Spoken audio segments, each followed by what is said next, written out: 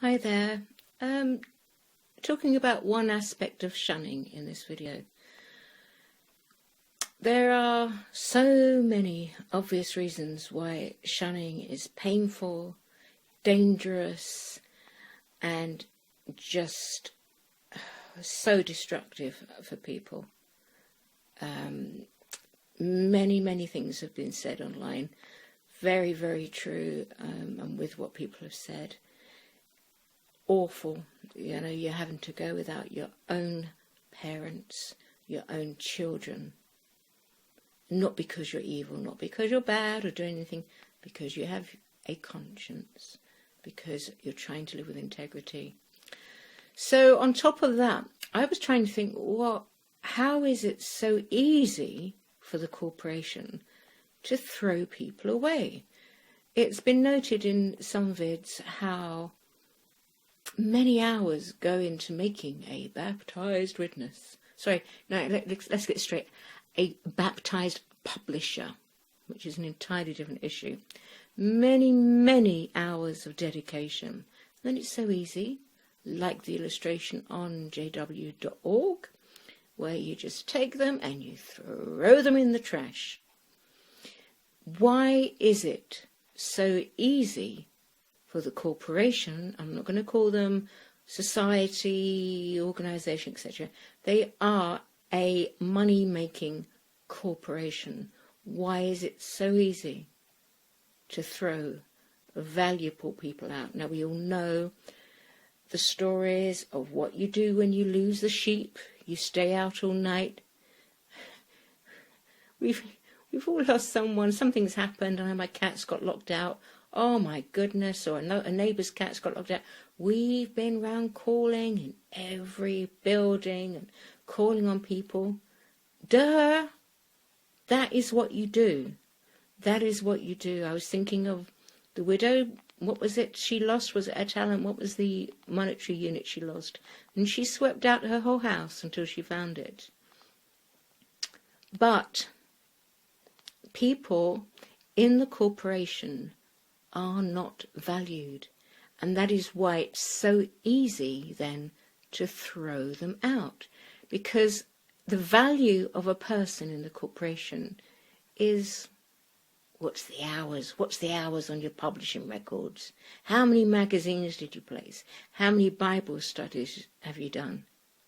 That's what you add up. In actual fact, when people are sending in at the end of every month their tallies of what they've done, it should be things like, how many hours did you pray? How many hours did you think and feel blessed? Those are the things. How many hours did you feel love? That's what should be tallied up. And I think, I'd love for psychologists to talk about this, but because people are not valued when they're in the corporation, they're valued conditionally, but it's not a proper value. But that makes it even harder when people leave, because they haven't actually grown up, or if gone into the corporation later, they haven't gone into a place where they have value. So when you're out of that, hello, where is my value? Who am I? What am I worth? So it's even more than my family went, even more. How can you get worse? But it is even more than my family won't talk to me. The people I've known for decades and loved all my life will not talk to me. It's even worse than that, because people have been brought up and looked at and treated with no value. Your value is that piece of paper at the end of the month of how many magazines you placed. That doesn't say anything about your heart. It says nothing about your heart, about your conscience, about what you're really trying to do. So I was just wanting to say that for another consideration of perhaps for some why it can be so hard to leave, because there is no value there to fall back on. If you're brought up with value, when there are hard times, you can fall back. Wow, you've got that in reserve, that's in your treasure chest. You can go back and think, right, okay, this is hard, but do you know what? Yeah, I was loved and appreciated. I don't see the corporation doing that to you guys. I just don't see them doing that. So the way out, which is not easy, the way out, I'm wobbling this camera, excuse me, but a way out is to find your own value. And of course it's so hard because especially if you're brought up from a young age in the corporation, outside people are no good. They're not going to give, they're just there to use you.